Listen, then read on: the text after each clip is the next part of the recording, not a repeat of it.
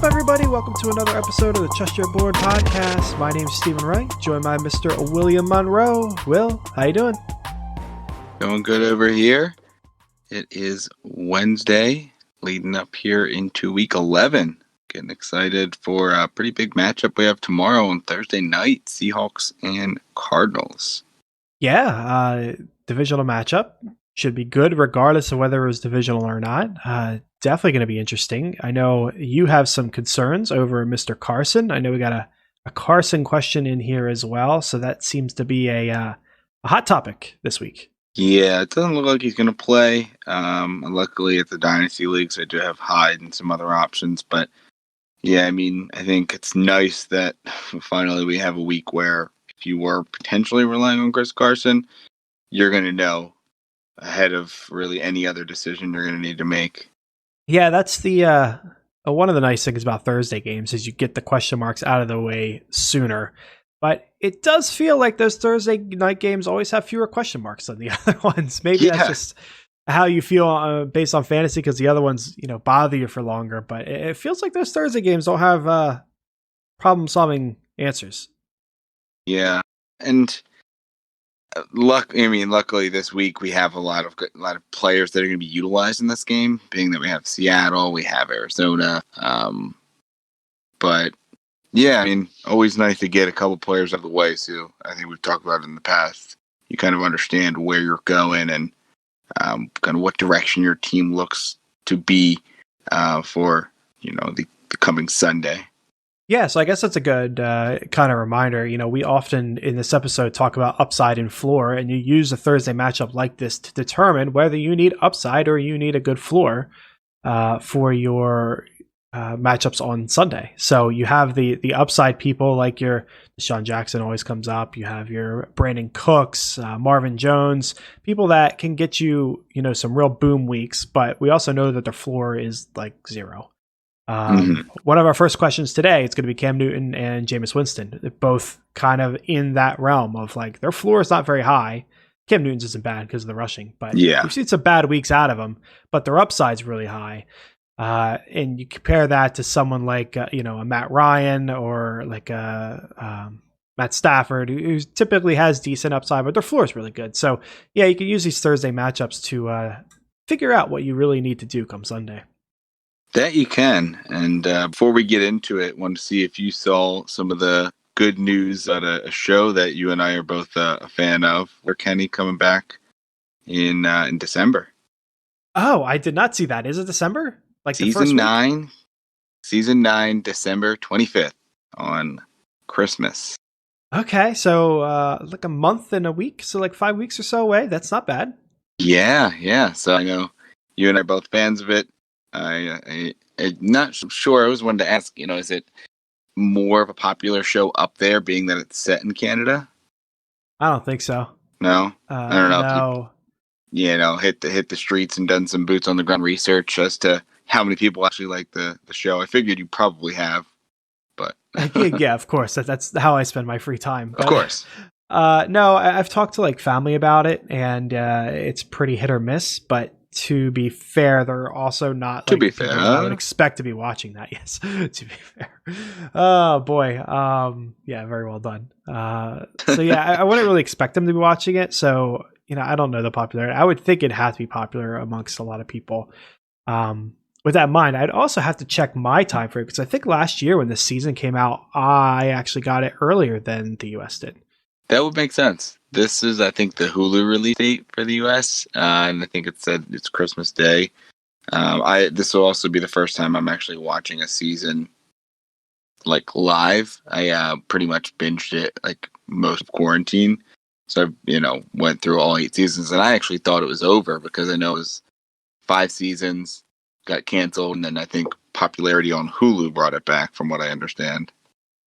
Yeah, I pretty much did the same. We binged it all the way through, I think, the beginning of last season. Then we had like a month before the next season came out. So okay. I was pretty close to what you had to do, or what you went through there.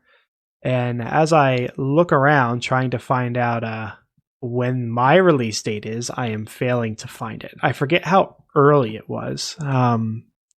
It might have just been like a week, but I would expect it to be a little bit earlier for me. I'll have to You'd think, but I do some mean, research.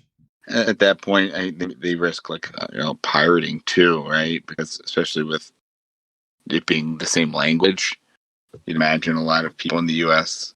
would just somehow be able to pirate it and not have to wait. And I'm sure Yeah. Hulu wouldn't be very happy about that, since I think they have like exclusive streaming rights here in the U.S. Yeah, you would think so. I'm looking, and it looks like last year we got it 2 days early.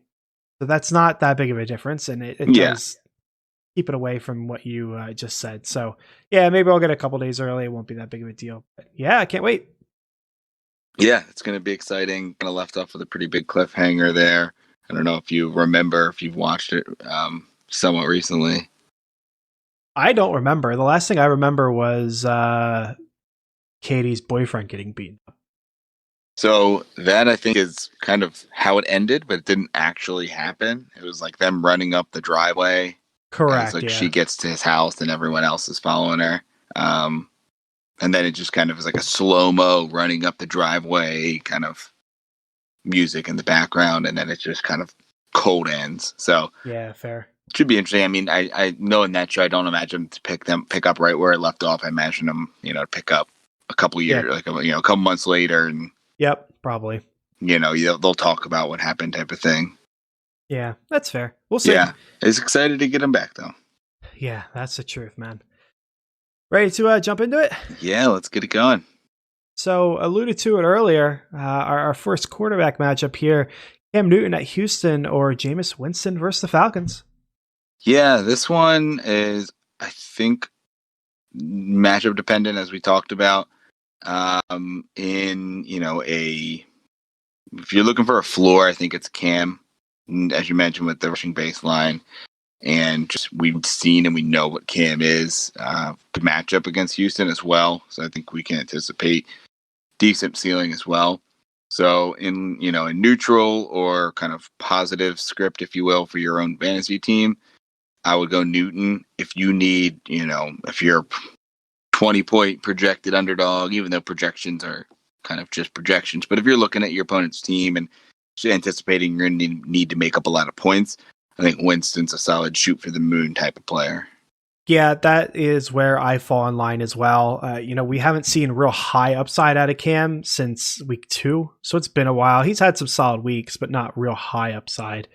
And but with that in mind, I mean, outside of that disaster week at San Francisco, I think he got negative points. Outside of that, his lowest base total or his lowest fantasy total is like 13 points or so.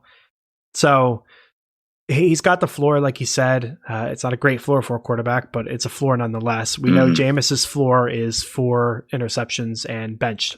A good -8. Exactly. So that happens. With that in mind, though, he's got the higher upside. My only worry with Jameis is that they try to limit him. He's not going to be chucking the ball around like we saw in Tampa. And, they rely on Kamara a lot. So that does worry me that we could see a pretty average week. But overall, I'm aligned with you. If you need a floor, go with Cam. If you need upside, we're going with Winston. Yep. So I think that's it. And then, neutral script, I think I'm going to stay with Newton. I don't mind, having Winston in your bench to kind of see, maybe comes out and looks great. And, he runs with the job, most of the rest of the year, with still uncertainty around Breeze. But I don't want to play him if I can afford to. But moving on to the next matchup here, we have a PPR sit one, otherwise known as pick 2, with Chris Carson versus the Cardinals. And I'm imagining that's going to be the sit by default, possibly more here. But Chris Carson against the Cardinals, Joe Mixon in Washington against the Redskins, and Damian Harris against Houston in Houston. Yeah, so obviously if Carson doesn't play, he's a sit, right? Yeah, and I think Mixon didn't practice today either, so maybe looking for a second option if both of them are out. Right, yeah. So assuming everyone here plays, originally when I looked at it, I was with Harris because he's the odd man out. He's not Chris Carson. He's not Joe Mixon. But I think I'm kind of pivoting to Carson because if he does play at this point, being such a last minute decision, that's kind of worrisome. Plus, you don't need to bring him back into a workhorse capacity. You could bring him back and continue and use Carlos Hyde, use DJ Dallas, use Alex Collins, and just keep him limited for a week until he's 100%. Because I'm assuming he's not going to be 100%. They never are. So you could also limit his work. So while I was with Harris, I'm probably pivoting over to Carson, but it's like you said, it's a moot point. But if they all play, who are you sitting? Yeah, it's tough. I think I'd actually sit Mixon. I know that the matchup's good there, but I've been worried about his injury more than Carson's. Carson's was kind of prescribed and maybe lasted a week or two longer here, but I think we kind of understood that it was a knee sprain, but everything was kind of out in front. We kind of knew what was going on, whereas Mixon, okay, maybe he's going to miss a week. All right, and maybe he's missed another week, and it's just kind of been more mysterious than anything with Mixon. So I'd almost fear re-injury more with him because I just don't know how healed he is. So if I'm here, I know that Pete Carroll loves Chris Carson and will ride him as long as he can. So I would think I'd go Carson and Harris in this situation if they all play. But once again, I would bet a lot on Carson not playing, and Mixon seems 50-50 at best. So you're probably looking at trying to get somebody else. If you have an IR spot, maybe you can flip Carson to the IR tomorrow and have some room to pick somebody up to wait there with Mixon. Yeah, see if Carlos Hyde's out there. He hasn't played in a while and due to return. So moving along, we got another PPR. Christian Kirk at Seattle or Justin Jefferson versus the Cowboys. 2 weak defenses. Yeah, 2 weak defenses. I really want to say Christian Kirk, but I cannot sit Justin Jefferson down right now. I know I didn't watch too much of the Monday night game, but I know Thielen scored a couple touchdowns.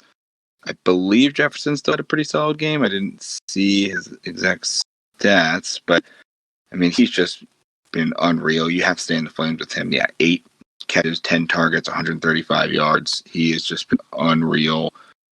Only 3 touchdowns on the year, but 42 catches for 762 yards through 9 games. He is the real deal, and he's locked and loaded in your lineup. Whereas Kirk is a guy that I think is pretty solidly in your flex position now, and you really want to start him, especially in good matchups. But I can't start him over Jefferson. I mean, could easily be a situation where DeAndre Hopkins just eats up all the balls once again, whereas Jefferson, I think, has a solid baseline. Yeah, I'm kind of in the same boat as you. I really want to start Kirk, and I tried to convince myself to do it. Like, you can craft the narrative that Minnesota's a run-first team, and against the Cowboys, that running is all you're really going to need to do, where Arizona's different. And you could craft that story to try to lean Kirk, but I just can't buy into it. Like, even with that, I have to stick with Jefferson for all the reasons you said. Commend the Vikings for moving on from Diggs and grabbing Jefferson and getting a rookie for a few more years who seemingly isn't a problem child like Diggs was. That was an amazing move on their part. Yeah, so next up, we've got PPR, big one here. We got Laviska Shenault or Keelan Cole. I guess that's more of a, if Shenault plays, Shenault. If not, then Cole. Against Pittsburgh, Goddard in Cleveland, Rager in Cleveland, Rashard Higgins versus the Eagles, and also in Hooper. Yeah, Austin Hooper. Oh yeah, I was gonna say Austin. It just didn't sound right for a second. It's like Austin Hooper. It doesn't sound right. Austin Hooper versus the Eagles. So a lot in one game there, and then a couple receivers against Pittsburgh. There's a lot going on. We need one player PPR. Yeah, I mean, for a lot going on, I think it's relatively easy. I'm not starting Shenault or Keelan Cole, regardless of whether Shenault plays or not. The matchup is ridiculous against Pittsburgh. I don't want to deal with that. They're already kind of boom bust to begin with. They got whoever's going to be the quarterback. I assume Lutton, but whoever the quarterback is, they got a tough matchup. I know T. Higgins had a good week last week against Pittsburgh, but there's a big difference between T. Higgins and Keelan Cole and Joe Burrow and Minshew or Lutton or whoever it is. Whoever's starting. Yeah, it doesn't matter. So that game, that's just out of there. As far as the Cincinnati players go, Higgins and Hooper, I'm not super interested in them either. The Cleveland players? Yeah, the Cleveland players, sorry. Yeah, same state. Yeah, whatever, same thing. Both orange. Yeah. I'm not super interested in either of those. for reasons that we've talked about a couple times. Higgins is interesting to a degree, but not when I'm comparing him against Goddard or Rieger. And so it comes down to Goddard or Rieger, and 9 times out of 10, I'm going to take the wide receiver. So I'm going with Rieger at Cleveland. Not that difficult of a decision for me. How about you? Yeah, I'm gonna go Rieger as well. He's just been getting a lot of usage the last couple weeks. It's gone up and up and up. I think he had somewhere near 10 targets. 7 targets, but he ran, over 80% of the routes. He's integrated into the offense. He's going to be one of the go-to weapons. I don't mind Goddard and kind of the same route that you took. It's down to Goddard and Rager for me, but I'm gonna go with the receiver just because I think better chance for big plays. Goddard is one of those tight ends that I think does stick out as someone you could flex and you could play over a wide receiver at times, but I'm not going to do it here. I'm going to take the upside of Rager, but Goddard's a close second. Okay, jumping back to the quarterback position, we got Tua at Denver or Carr versus the Chiefs. Who you got?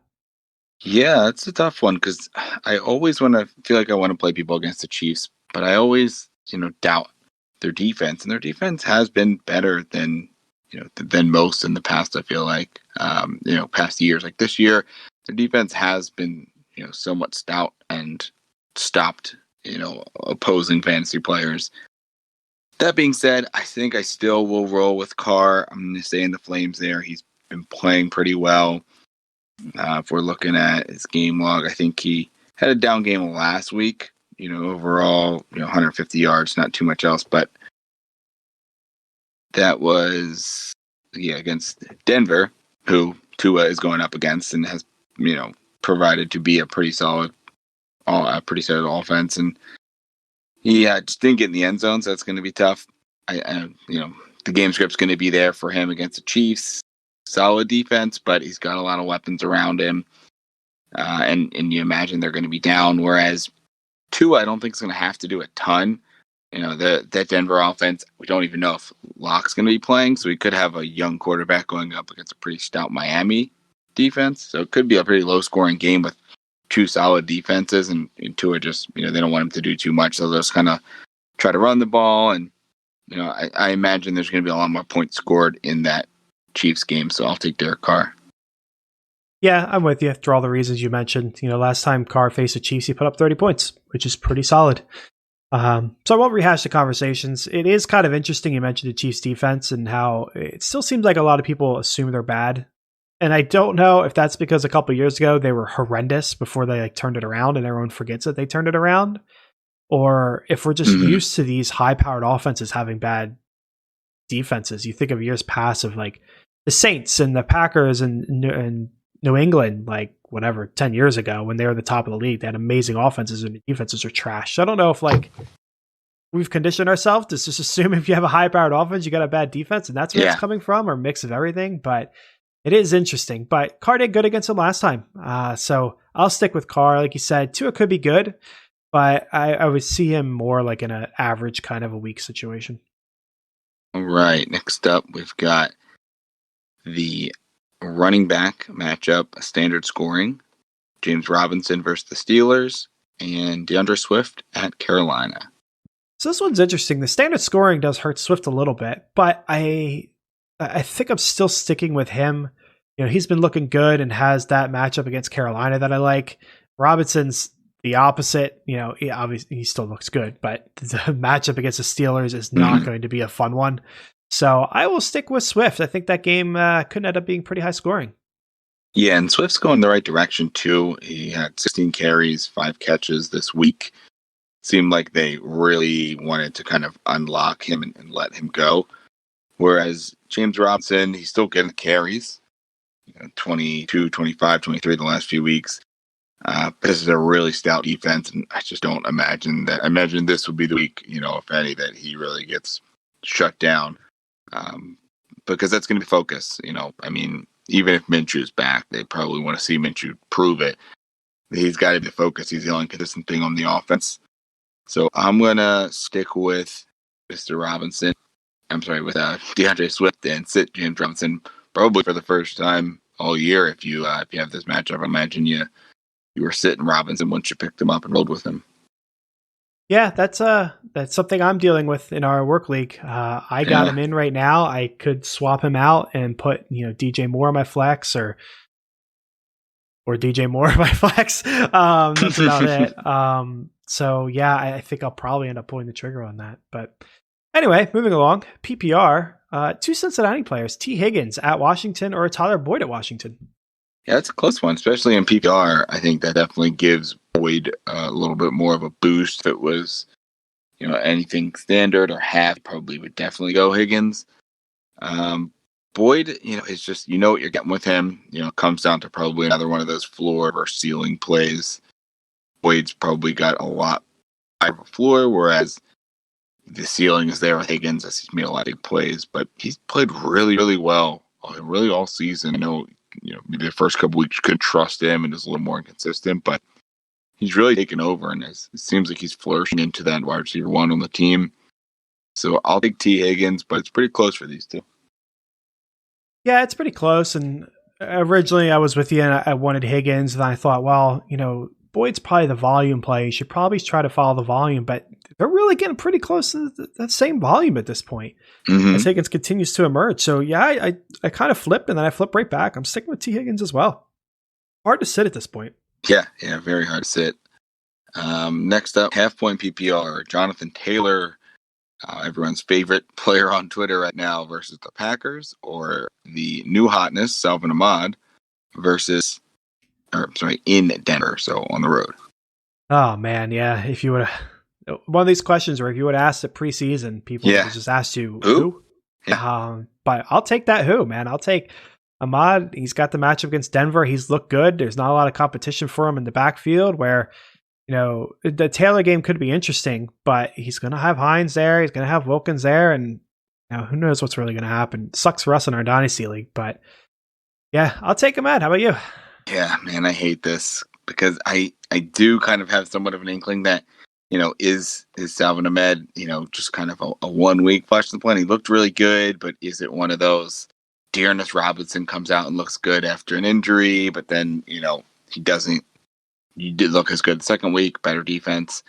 But, that still being said, until further notice, until we see it more consistently with Taylor, if you have a more substantial option that's doing well and going to get carries like Ahmed, I don't think you can pass that up. So I guess I'll take Ahmed as well.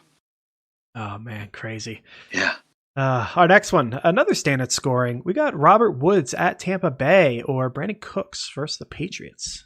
Man, this one's weird to think, but I mean, it's a lot closer than we would imagine with really the emergence of Josh Reynolds. Not an emergence, he was relevant for the last couple of years, but he's, been the, one of the go-to receivers on that offense, and he's had more points than Woods in some scoring formats, over the last, I think it's like 5 or 7 weeks. I think you gotta, you gotta be a little worried about Mr. Robert Woods, especially against Tampa. It's a Monday night game, but Cooks does have a tough matchup as well. I think it's more, once again, an upside versus a floor thing. Cook's the upside guy, Woods the floor guy. This is tough. I think I lean Woods just because I trust him overall. But Cooks has been playing well, and you can't discount just the way he's been playing. I'll take Robert Woods, but it's closer than you typically would imagine with a Robert Woods Brandon Cooks matchup. Yeah, I'm with you. It's super close. I do end up on the other side of things and go with Cooks. It's just in my nature to kind of side with upside a lot of the time. Mm-hmm. And that's what I'm going to be doing here. That could be a pretty interesting game.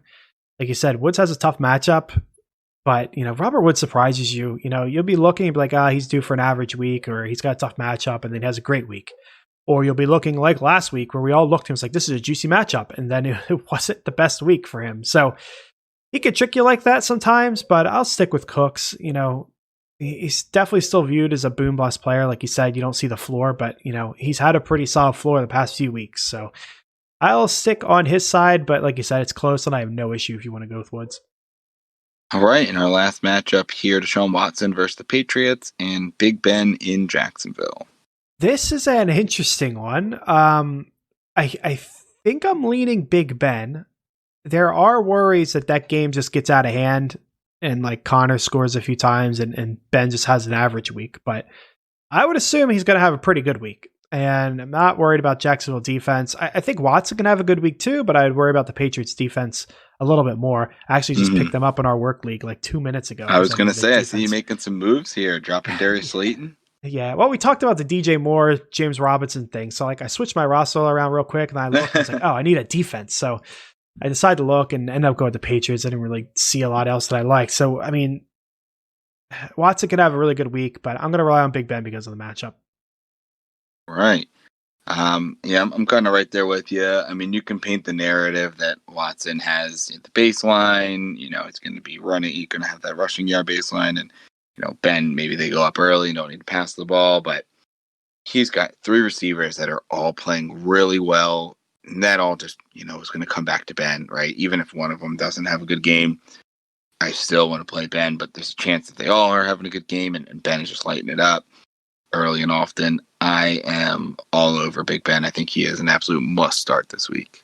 Awesome. We're going to go ahead and move to our trade segment here. It is worth noting that they are all dynasty trades. A lot of redraft trade deadlines have passed. Dynasty typically lasts a little bit longer. It does look like I failed to fill one in on the doc, Will, so we'll surprise you with one at the end. Okay. I'll go through our Twitter feed and we'll find one. But our first one, 12-team PPR, Darrell Henderson straight up for Zach Ertz. What side of that do you want? Yeah, it's crazy to think going into the year that would be laughable, but Henderson's played well this year. He's running back that has been usable. It's just so weird to try to trade Ertz right now because he's so low. I guess, if you can get out from under him, if he has, completely fallen off, I can understand it, but I do think it's just more just the Eagles being a hot mess this year. And even if they move on from him, I foresee him going to a team and having another good 2 or 3 years. So I think I lean the Ertz side here. I don't really love it either way. But with Henderson, I think there's just still that Akers question behind him. Maybe that's next year, maybe that's this year. Whereas Ertz, I think it's a nice buy low if you just want to get a veteran tight end that, you get a shot at a couple more years out of him, but understanding that it could be washed. Yeah, I think I'm on the opposite side. I think I'd rather have Henderson. I do worry about him in the future because, eventually they're going to use Akers and that backfield's going to turn into something, maybe a 50-50 split. But at the end of the day, I'd rather take my shot on a running back that we've seen some good things from over, most tight ends, but definitely a tight end that seems to be regressing. Maybe not. Maybe just had a bad start to the season. They got hurt. You never really know. Plus, the Eagles' offense as a whole hasn't been great. So, he might just be regressing, but I don't mind the Ertz side if you need, if that's where your need is, but I think you should be getting something in addition to Ertz. So, yeah, I'll take Henderson at the end of the day. All right. Next up, we've got Dynasty 12-team Superflex. Tight end premium. So a lot going on here. Really just comes down to a couple running backs, though. Aaron Jones or our beloved Jonathan Taylor and a 21 third-round pick. Yeah, so that third could be a little bit more interesting. In a Superflex and a tight end premium, players do drop a little bit more considering your tight ends, your quarterbacks I picked earlier. But at the end of the day, this is a contender versus rebuild situation for me. If I'm a contender, I'll take Aaron Jones. If I'm a rebuild, I'll probably take JT. Simple as that. Right. Yeah, I'm kind of there with you. I mean, I get the Aaron Jones. I think I would take that side if you are all in this year and trying to win the championship. I get trying to give up a young piece. Right. I traded Swift, a month and change ago, and a couple pieces to get Nick Chubb. Now, obviously, Swift's coming on a little bit here, but I wanted to get a more set running back that, when healthy, I knew I could rely on. So, kind of a similar situation there. You're selling maybe a little low on Taylor, but it makes sense because you were trying to win now. But in a vacuum, or if you're rebuilding, I think it's easy. JT, there's a chance Jones resigns and can get another 2 or 3 years, but I am much more intrigued to see what the future of Jonathan Taylor is going to be here. Yeah, he's a common theme here. Our next question also revolving around JT. So 12-team half-point PPR straight up, Jonathan Taylor or DeAndre Swift? Yeah, that one's tough. I know you and I both liked Taylor's situation better coming in. I liked Swift, I think, better as a player, just overall. And the way it's looking now, I think I probably would take Swift over Taylor, just because you got a little bit more of just, I don't know if is it something where is he just not panning out in the league as much as we would have hoped? I don't know. So we'll see. I'll take Swift here, but it's very close, and I'd be more than okay to have either of them in Dynasty. Yeah, it's a tough one. Like you, I would probably lean Swift now, but it is pretty close. I will call out, we got this question via Twitter in a poll. It's 80% Swift, 20% Jonathan Taylor. Okay. I'm not in agreement with that. I think that's way too lopsided. I think it's closer than that. I'm okay with it leaning Swift. But yeah, I still believe in Jonathan Taylor long term. They've mentioned earlier in the year that they were resting him a little bit for the down the stretch run for them. And now, we've kind of heard he's banged up a little bit. So I'm not super concerned, but at the end of the day, you can't discount what Swift has done. So you got to pay attention. At some point, you got to move on from your rookie draft thoughts and pay attention to what's actually happening. And right now, Swift's outplaying him. So I lean Swift, but it's still close. Yeah, so we have one more on the docket here, bigger one, Dynasty 12-team Superflex tight end premium. It is Mike Evans, Mark Andrews, and a late 21 first for Kittle and an expected mid 21 first. Yeah, so this is a big one, man, for a tight end premium league. This is a big trade. But I find it pretty easy. I think I would rather have Andrews and the late first over Kittle. It's close, pretty even, but I think I lean the Andrews side a little bit. And then I think the Evans for a mid first is pretty even as well. So I give it slightly to the Andrews side, but overall I think it's pretty fair for both sides. What do you think? Yeah, I think it's very fair on both sides. I mean, you're getting the slight pick upgrade on the Kittle side too, right? So like if you, let's say, remove Evans from the situation, you're getting a slight pick upgrade in 21, and then you're getting probably a slight player upgrade from Andrews to Kittle. I really like both of them going forward. Andrews is younger and has what we believe to be a more sturdy quarterback, but we've seen Lamar be a little questionable this year, but versus Garoppolo and kind of the team around him. I think it's, a solid win for the Kittle side. When you throw Evans in, I mean, whether you're going to use him or could just flip him for, something else, I think you have to go with that side. It's just, he's too big of a piece to have been added there. That is fair. Are you ready for your mystery question? Mystery question? Yeah. So set it away. Our final trade question here. I had to go dig in a little bit to find one that wasn't super lopsided. But we're going to go to a good friend of the show, Antonio Pagan. Amari Cooper and the 210. So we're just assuming it's going to end up at the 210. Amari Cooper and the 210, or Debo and the 108. Ooh. I think I'll take Debo on the 108 side. I've never been a huge Amari fan. I know with Dak, with that offense, completely get it.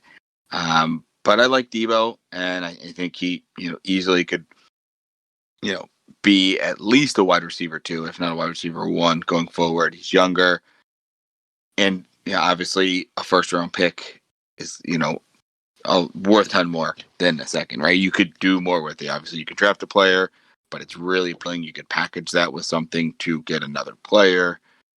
So I'll take the Debo side. Where do you fall there? I found it a little bit more difficult. because I'm a little bit more of an Amari fan than you are.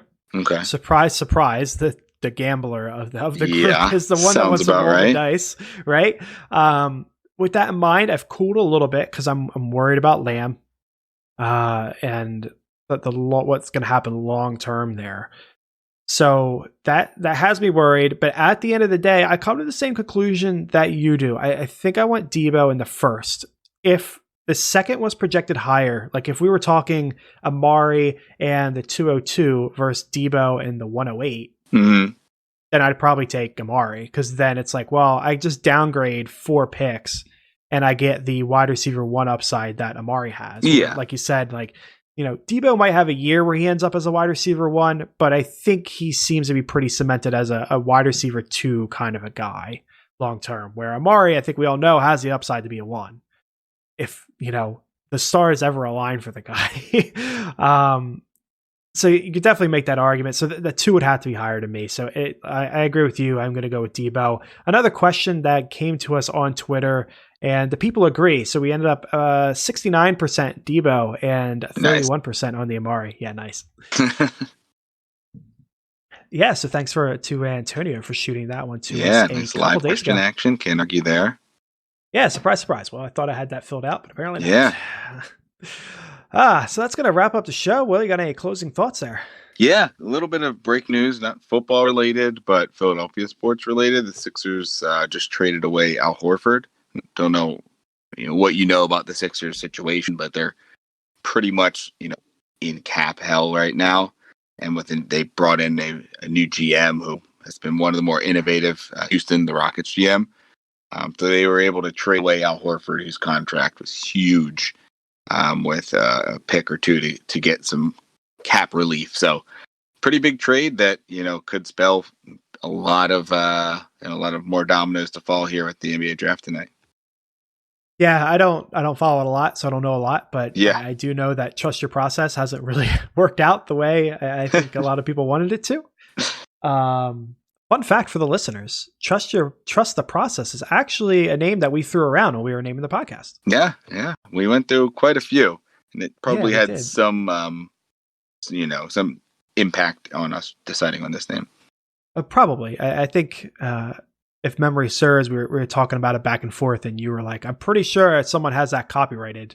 Absolutely, yeah, and exactly with like, oh, okay. Anything around trust and process together, I'm sure is trademarked somewhere. Yeah, probably. So yeah, we moved along. But that aside, thanks for listening. Tune in next week for the waiver show and more start sits. Until then, trust your board.